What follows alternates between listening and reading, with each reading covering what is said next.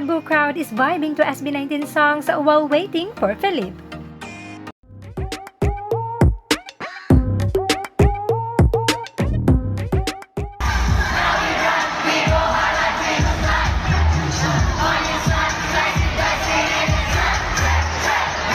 Yes, a huge crowd has gathered for Felipe in his solo event at the Ayala Center, Cebu. At heto nga, enjoy na enjoy pang nagkantahan habang naghihintay sa paglabas ni Felipe.